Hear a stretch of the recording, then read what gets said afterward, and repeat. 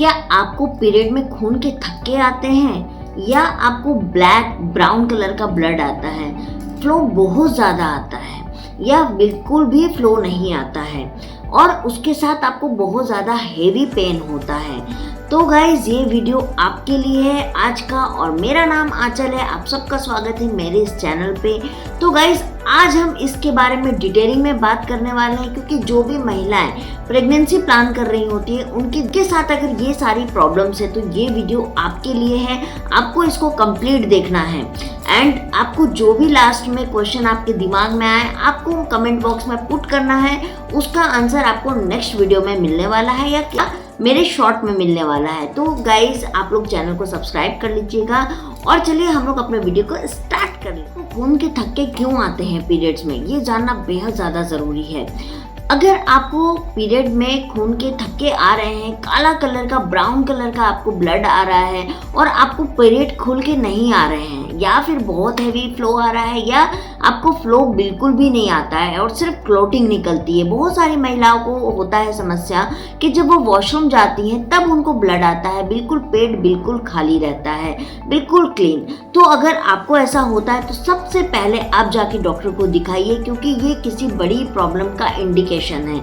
अगर आप उसको नहीं दिखाते हो तो आपको वुमेन इनफर्टिलिटी की समस्या हो जाएगी, जिससे कि आपकी प्रेगनेंसी कंसीव नहीं होगी।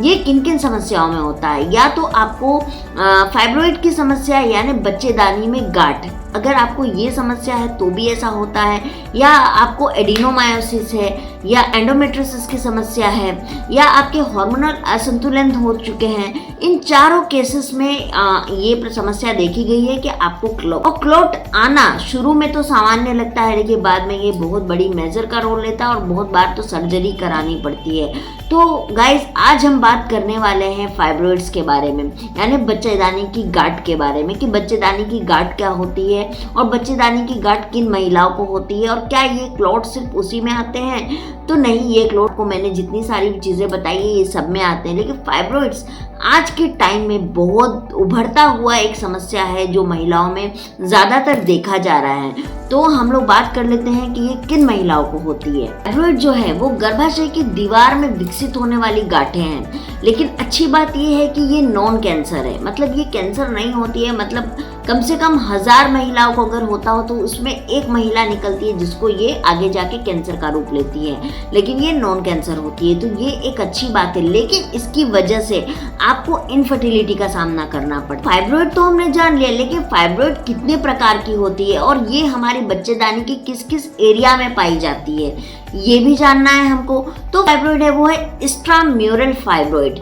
ये फाइब्रॉइड जो है गर्भाशय की दीवार में विकसित होता है, यानी गर्भाशय की दीवार में पाया जाता है। दूसरा जो फाइब्रॉइड है सबसेरोसल फाइब्रॉइड, ये गर्भाशय की बाहरी सतह में पाया जाता है, यानी उसके आउटर एरिया में पाया जाता है।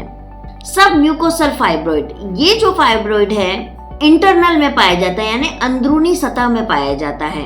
और चौथा जो फाइब्रॉइड है सर्विकल फाइब्रॉइड, ये गर्भाशय के ग्रीवा में पाया जाता है। तो ये 4 तरह के फाइब्रॉइड होते हैं और आपने अल्ट्रासाउंड या अपनी चेकअप करवाई है तो उसमें आपके फाइब्रॉइड का नाम डेफिनेटली लिखा हुआ होगा।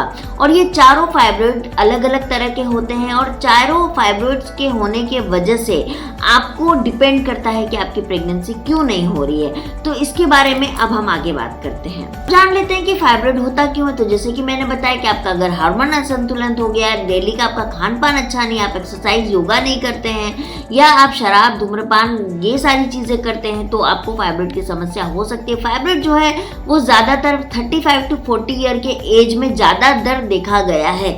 इससे पहले भी आज के टाइम में हो जाता है, लेकिन ये 35 to 40 सबसे ज्यादा पाया जाता है। आपको फाइब्रॉइड है ये कैसे पता चलेगा? अगर आपने डॉक्टर से चेकअप नहीं करवाया है तो आपको फाइब्रॉइड है ये कैसे पता लगाया आप? तो ये मासिक धर्म के दौरान आपको बीच बीच में ब्लड के क्लोटिंग्स आएंगे, थक्के आएंगे, ये इसका सबसे पहला इंडिकेशन होता है। दूसरा, नाभि के नीचे स्थित पेट के यानी कमर के नीचे वाला पार्ट, बैक साइड और फ्रंट साइड आपको बहुत ज्यादा पेन होगा। अक्सर आपको पेशाब आने की समस्या होगी, मतलब आपको लगेगा कि आपको वॉशरूम आ रहा है बट आपको वॉशरूम आएगा नहीं। पीरियड्स के दौरान आपको बहुत ज्यादा हैवी पेन होगा जो असहनीय दर्द होगा। आपको सेक्स के दौरान बहुत पेनफुल होगा वो आपका सेक्स, यानी आप जब संबंध बनाते होंगे तो आपको बहुत ज़्यादा दर्द होता होगा। आपका जो पीरियड्स का लेंथ है वो नॉर्मल से ज़्यादा लंबा होगा, जैसे कि नॉर्मल 3 to 5 डेज नॉर्मल होता है, लेकिन भी फाइब्रॉइड होने का ही इंडिकेशन। कमजोरी का एहसास होगा, आपको बहुत ज़्यादा कमजोरी लगेगी, आपके पेट में सूजन आपको लगेगा, आपको एनीमिया की शिकायत हो सकती है क्योंकि आपका हेवी ब्लड फ्लो बाहर जा रहा है, तो आपकी डेफिनेटली आपकी बॉडी में आरबीसी की कमी हो जाएगी, आपको कब्ज की शिकायत रहेगी, पैरों में बहुत ज़्यादा दर्द रहेगा। ये सारी चीज़ जो मैंने आपको बताई है ये आपके फाइब्रॉइड्स के सिम्टम्स है। अगर आपको ये सारे सिम्टम्स आ रहे हैं तो आप जाके अपने डॉक्टर से मिलिए और अपना चेकअप करवाइए। फाइब्रॉइड तो जान लिया हमने, लेकिन इसका उपाय क्या है, इसको ठीक करने का कौन सी दवाई लेनी है आपको। अगर आप एलोपैथिक में दिखाते हो तो फाइब्रॉइड के लिए आपको जो है हार्मोनल पिल्स ही दिया जाएगा, क्योंकि हार्मोन की पिल से ही इसको रोका जाता है और हार्मोन को बैलेंस किया जाता है, जैसे कि आपके आगे जाके खत्म होते हैं। गर्भाशय की रक्त आपूर्ति को ब्लॉक करना, यानी जो ब्लड वहां तक पहुंच रहा है उसको ब्लॉक किया जाता है, जिससे कि आपके फाइब्रॉइड को पोषण नहीं मिलता है, जिसकी वजह से वो धीरे धीरे खत्म होने लगते हैं। फोकस्ड अल्ट्रासाउंड, ये जो अल्ट्रासाउंड है इसमें आप ये नॉन सर्जिकल विधि है और इसमें अल्ट्रासाउंड की जो ऊर्जा है उसको दे के इसमें फाइब्रॉइड को नष्ट किया जाता है, और ये एलोपैथिक में है। आप जाके डॉक्टर से मिलके इसके बारे में बात कर सकते हैं, इससे भी आपके फाइब्रॉइड को नष्ट किया जा सकता है। मायोमैक्टोमी एक ऐसी प्रक्रिया है जिसमें से आपके गर्भाशय का जो परत है उससे फाइब्रॉइड को अलग किया जाता है, तो ये भी अवेलेबल है, आप जाके डॉक्टर से बात कर सकते हैं। आपको बताऊंगी कि 10-15 पुदीने के पत्ते आप पानी में बॉईल करिए और छानकर आप पीजिए। ये एंटीऑक्सीडेंट है और ये आपकी बॉडी में आपको बहुत हाइड्रेट रखने में, आपके पीसीओडी में और फाइब्रॉइड में भी काम करता है। तो ये कुछ घरेलू उपाय आप घर पे भी कर सकती हैं, जिससे कि आपको ये ठीक हो सकता है, क्योंकि फाइब्रॉइड की वजह से ही प्रेगनेंसी नहीं होती है और ये आज के डेट में बहुत ज़्यादा बढ़ रहा है गाइस। अब खून के थक्के जो आते हैं वो फाइब्रॉइड में भी आते हैं, एडिनोमायोसिस में भी आते हैं, एंडोमेट्रियोसिस में भी आते हैं, तो आप इसको बिल्कुल भी इग्नोर मत करिएगा। अगर आपको मैंने जितनी भी इसमें समस्या बताई है, अगर इसमें से आपको कुछ भी प्रॉब्लम है तो आप जाके डॉक्टर को तुरंत दिखाइए और अपना ट्रीटमेंट लेना स्टार्ट कीजिए। तो आज का वीडियो अगर आपको अच्छा लगे तो प्लीज़ गाइस इसको लाइक, सब्सक्राइब और शेयर जरूर कर लीजिएगा। मैं मिलती हूँ आप लोगों से बहुत जल्दी एक नए वीडियो में, तब तक के लिए बाय बाय।